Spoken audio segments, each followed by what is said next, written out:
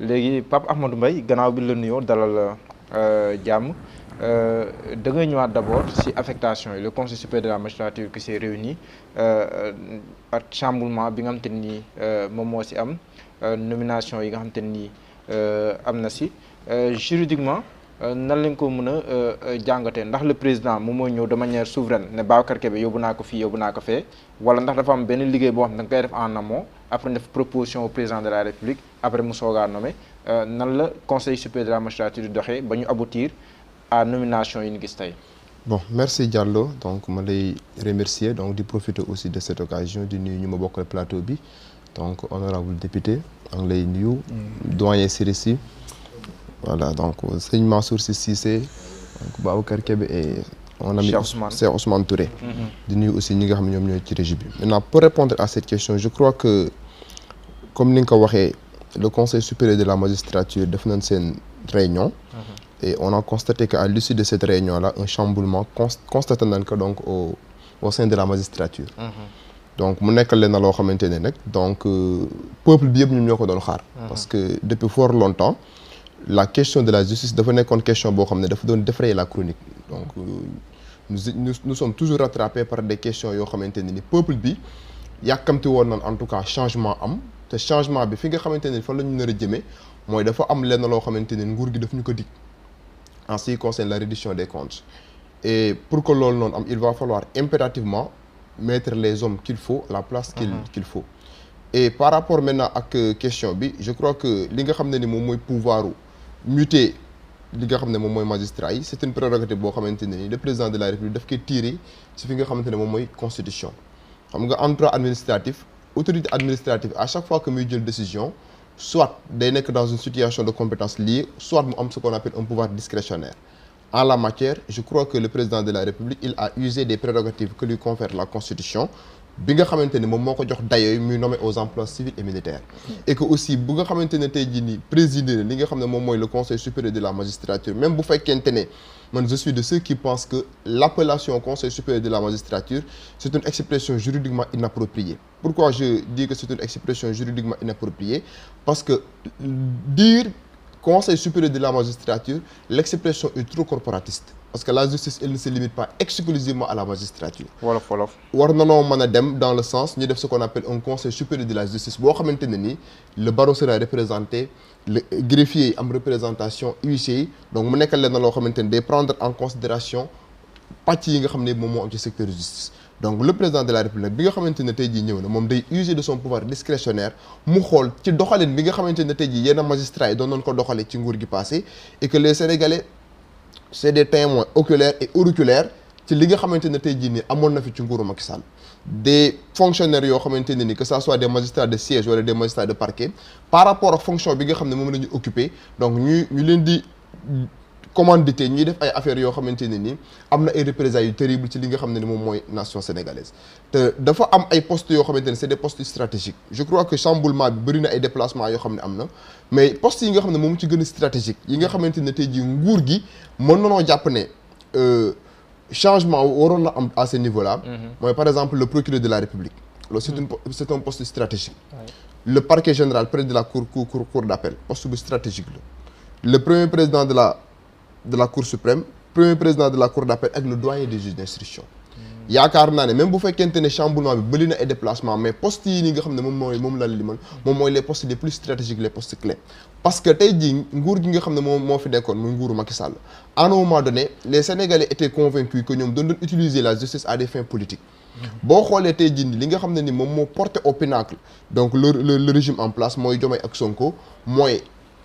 benn amertume boo xamante ne Sénégalais yi amoon nañ ko à l'endroit donc de l'ancien régime ci ni nga xamante ne tey jii doon nañ ko utiliser appareil judiciaire bi pour des règlements de compte purement politiques donc ñoom bu ñu ñëwee ils ont l'entière possibilité yi nga xamante ne ni constitution jox na leen que à travers ce qu'on appelle un pouvoir discrétionnaire ñu déplacer ñi nga xamante ne ni jàpp na ne kat ñi ay magistrats lan yoo xamante ne ni kat amuñu benn indépendance bi nga xamante ni ak probité intellectuelle bi nga xam ne doon nañ ko xaar ci ñoom daawuñ doxale noonu de telle sorte que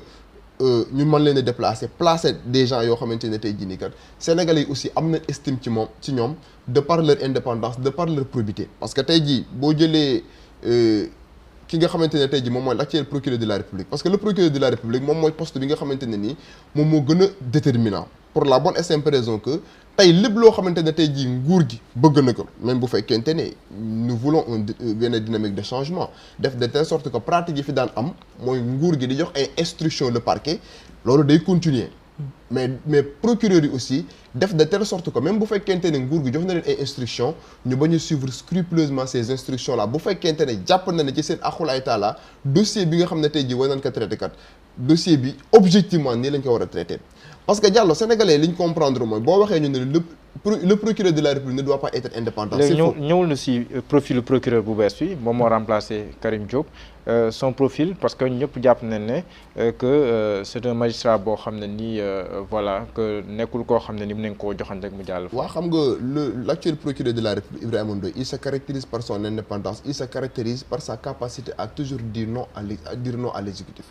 boo xoolee li nga xamante ne tey jii moom moo ko porté au pinacle on peut dire mooy dossier yi nga xamante ne tey jii ni Cheikh Ousmane doon na ko énumérer tout à l'heure surtout dans l'affaire Cheikh Béthio Thioune conférence de presse bi nga xamante ne ni teniroon na ko en ces temps là donc montré ne moom c'est un procureur boo xamante ne tey jii il n'a nullement besoin muy inféodé wala muy encarté wu ci li nga xam ne tey jii moom mooy au pouvoir exécutif donc c'est un magistrat boo xamante ne nii qui se caractérise par sa probité par son indépendance mais aussi par sa capacité donc à être un procureur de la République pas un procureur du pouvoir pour paraphraser véritablement l'actuel garde des Sceaux bi nga xamante ni moom da daan wax ne man mosuma nekk un procureur du pouvoir j'ai toujours été un procureur de la République et le Sénégal actuellement ni a besoin d'un procureur boo xamante ne ni parfois même bu la joxee instruction parce que instruction yooyu noonu c'est une force la boo nekkee procureur de la République obligatoirement à chaque fois que ñu war a dem benn audience le pouvoir en place da lay jox ay instructions mais nag bu la joxee instruction yooyu noonu ça veut pas dire que jox naa la instruction yooyu noonu tu es obligé d'aller dans le sens indiqué par le pouvoir exécutif parce que dafa am benn adage boo xam ne doon na koy jàngal en procédure pénale bi wax ne même si la plume est serve la parole est libre ça veut dire quoi en tant que parquetier bu fekkente ne le pouvoir exécutif jox na ma ay instruction ne ma kat procès bii nga war a jëm doxeel ni damay recevoir instruction yooyu noonu mais une fois à l'audience bu ma xoolee la tournure des événements la tournure du dossier ma jàpp ne kat man instruction yi ma chancellerie di jox c'est des instructions yoo xam ne dafa nekk en contradiction ak li nga xamante ne tey jii objectivement noonu laa war a traiter dossier bi en tant que parquetier bu ma neexee ma mettre de côté les instructions yi nga xam ne chancellerie bi jox na ma ko ma def sama réquisitoire conformément à la loi et conformément aux faits yi nga xamante ne tey jii jox nañ ma ko. d'accord kii jugé woon tamit mbirum Adji Sarr moom tamit affecté nañ ko loolu dañ koy jàngatee sanction wala déet. bon sanction la et je crois que c'est normal que ce gars-là soit sanctionné c'est normal. Parce que dans l'affaire oui non c'est le juriste qui parle. L'expression n'est pas de trop. xam nga quand je dis que c'est normal qu'il soit sanctionné xam nga dans l'affaire Adji Sarr Diallo li nga xamante ne tey jii nii moo amoon ci dossier boobu noonu la disqualification qui a été opérée tous les juristes sérieux et convaincus savaient en ces temps-là que dossier la boo xamante ne c'est un dossier vide. xam nga tey jii par exemple bu ñu épilogué sur un dossier pendant pratiquement 2 ans ay nit ñàkk ci seen bakkan ñu wax viol et menace de mort ñu ñëw ba ci procès boo xam ne c'est un procès boo xamante ne ni adduna bi yëpp doon ko doon xaar parce que Ousmane Sonko a été traîné dans la boue ñuy wax ne Ousmane Sonko dafa commettre une infraction d'une extrême gravité viol suivi de menace de mort nga ñëw ba ci procès bi mu leer na ne par exemple l'accusation au départ n'a pas de fondement l'accusation tombe parce que leer na la ne foofu noonu viol amu fa menace de mort amu fa nga arc-bouté sur une infraction désuète pourquoi je dis une infraction désuète parce que disqualification bi ñu ko defee ñu def corruption par exemple à la jeunesse infraction la boo xamante ne tey jii nii c'était la première fois dans l'histoire judiciaire du Sénégal ñu koy appliqué donc de ce point de vue là bu magistrat ma ne par exemple la nga am ci infraction bu mel noonu alors que l'accusation au départ moo nekkoon viol et menace de mort ñu traîné ci dans la boue un homme politique boo xam ne dafa am famille donc je crois que tey jii bu ñu demee ba nga xamante ne tey jii nguur gu bees gi ñëw na bu ñu ko sanctionné dans ce sens là je crois que day nekk lenn loo xam ne lu légitime lay doon. Abbas am na lu mu laajte sànq. d'autres procédures wala d'autres moyens de sanctionner au-delà de les affecter.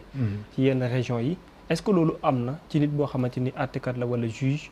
comme ñu ne jëfoon na nañ ko teg sanction bi. disciplinaire quoi. des sanctions disciplinaires oui mais xam nga am ci anam lay anam. mais xam nga des sanctions disciplinaires xam nga magistrat yi dañoo am ce qu'on appelle un privilège de juridiction. c'est ça tey magistrat yi balaa nga leen a sanctionner conseil supérieur de la magistrature ñoom ñooy réunir ba pare. waaw joxe avis. d'accord bu ñu joxee avis kan la ñuy jox avis bi c'est le procureur général près de la Cour suprême moom mën a enclencher une poursuite contre un magistrat. Le procureur général près de la Cour suprême moo mën a enclencher une poursuite contre un magistrat. te tey jii le magistrat bu ñu demee ba war kaa àtte duñ ko àttee devant les juridictions de droit commun dañ koy àttee devant la Cour suprême. Comme les avocats ils sont justiciables devant la Cour d'appel. Donc de ce point de vue là yaakaar naa ne tey jii am na benn ay privilèges yu leen di protéger de telle sorte que pour que tey jii nga mën a enclencher des poursuites contre ñoom day nekk leen loo xam ne lu difficile la. Et l'histoire a démontré que c'est des corps yoo xamante ni toujours hiérarchie bi da leen di protéger. Parce que tey jii tant que le conseil supérieur de la magistrature décidé wul mu joxe avis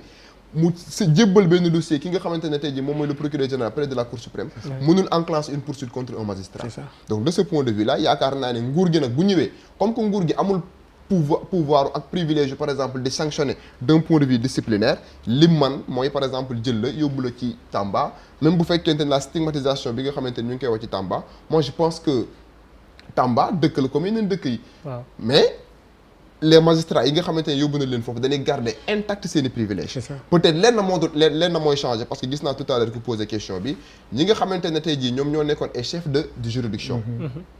j'avais entendu dire que le président Macky Sall au-delà de leur salaire dafa am yeneen avantages yoo xam ne di leen ko doon jox chaque fin de mois. C'est vrai. Je ne sais pas si cette information est vraie. Oui. C'est vrai. Les présidents de juridiction au-delà de leur salaire j'avais entendu dire que chaque fin de mois le président Macky Sall am na beneen